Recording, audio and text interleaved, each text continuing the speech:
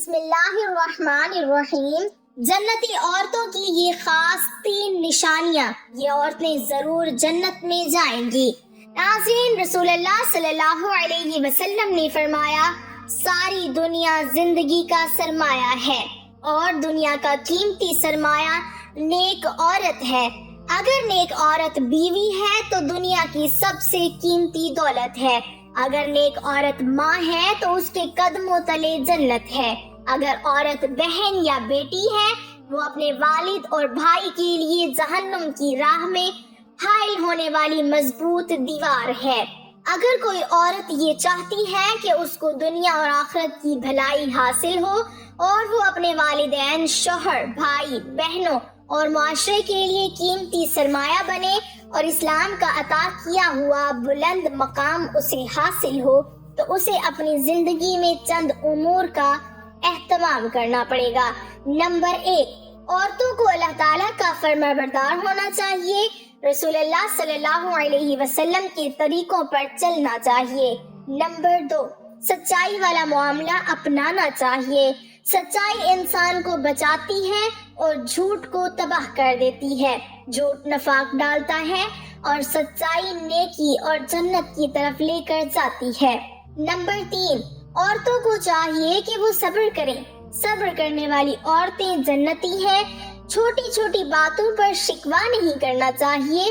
عورتوں کو حضرت فاطمہ الزہرا رضی اللہ تعالی عنہا کی زندگی سے سبق حاصل کرنا چاہیے۔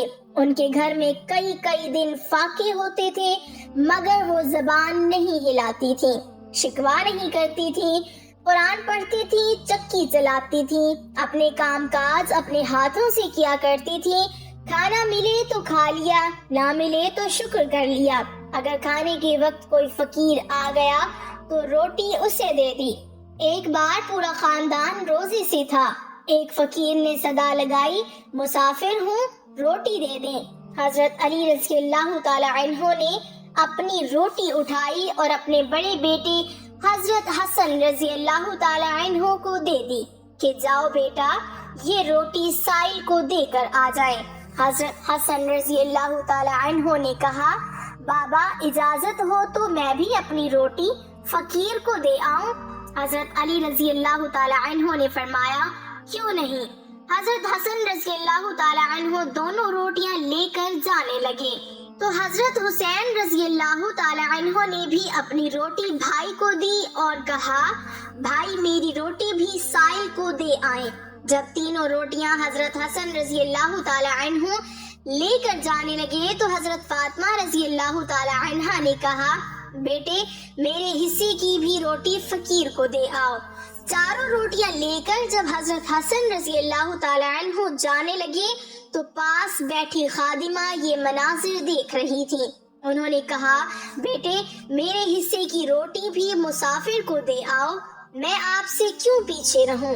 اگر آپ پانی سے افطاری کر سکتے ہیں تو میں بھی پانی سے افطاری کروں گی۔ اس سارے خاندان نے پانی سے افطاری کی۔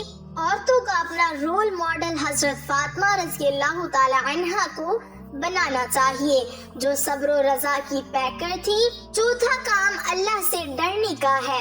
جو عورت اللہ سے ڈرتی ہے، شوہر کی تابع دار اور وفادار رہتی ہے، اس کے لیے بھی جنت ہے۔ پانچواں کام ضعیف، کمزور اور محتاج لوگوں کی مدد ہے۔ جو عورت یہ کام کرتی ہے وہ بھی جنتی ہے۔ رسول اللہ صلی اللہ علیہ وسلم نے فرمایا، 7 قسم کے لوگوں کو اللہ تعالیٰ اپنے عرش تلے سایہ دے گا، جس دن اس کے سائے کے سوا کوئی سایہ نہ ہوگا۔ ان میں سے ایک وہ ہے جو صدقہ دیتا ہے، لیکن اس طرح پوشیدہ طور پر کہ دائیں ہاتھ کے خرچ کی بائیں ہاتھ کو بھی خبر نہیں لگتی۔ چھٹا کام روزوں کا اہتمام ہے۔ روزے بدن کی زکوٰۃ ہے۔ روزے انسان کو پاک و صاف کر دیتے ہیں۔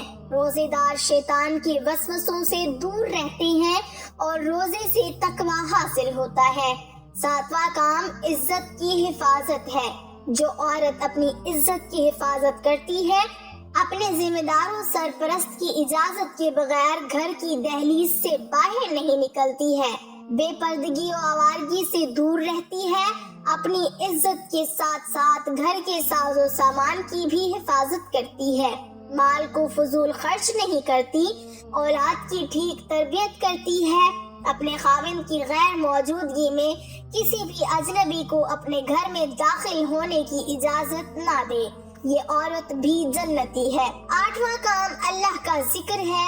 جنتی عورتیں ہمیشہ اللہ کے ذکر و اذکار میں مشغول رہتی ہیں۔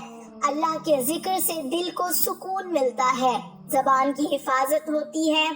رسول اللہ صلی اللہ علیہ وسلم نے فرمایا، جو شخص مجھے اپنی زبان کی ضمانت دے گا میں اس کو جنت کی ضمانت دیتا ہوں۔ جس طرح مسلمان عورت کی یہ صفت ہے کہ وہ اپنی زبان کو بلا وجہ کسی کی غیبت، چغلی، حسد وغیرہ مذموم کاموں میں استعمال نہیں کرتی، وہ اپنی زبان کی حد درجہ حفاظت کرتی ہے۔ جو عورت یہ کام کرتی ہے اللہ نے اس کے لیے جنت تیار کر رکھی ہے۔ خدا ایسی عورت کے گناہوں کو بھی معاف کر دیتا ہے۔ ناظرین، آج کی دوسری بات یہ تھی کہ عورتوں کا قرآن پاک میں تذکرہ ہے یا نہیں۔ اس کے لیے کچھ آیات اور احادیث آپ کے سامنے پیش کی جاتی ہیں۔ سلمہ رضی اللہ تعالی عنہ نے نبی کریم صلی اللہ علیہ وسلم سے کہا، اے اللہ کے رسول صلی اللہ علیہ وسلم، میں نے ہجرت کے معاملے میں اللہ تعالیٰ کو عورتوں کا ذکر کرتے ہوئے نہیں سنا، تو اللہ تعالیٰ نے یہ آیت نازل فرمائی۔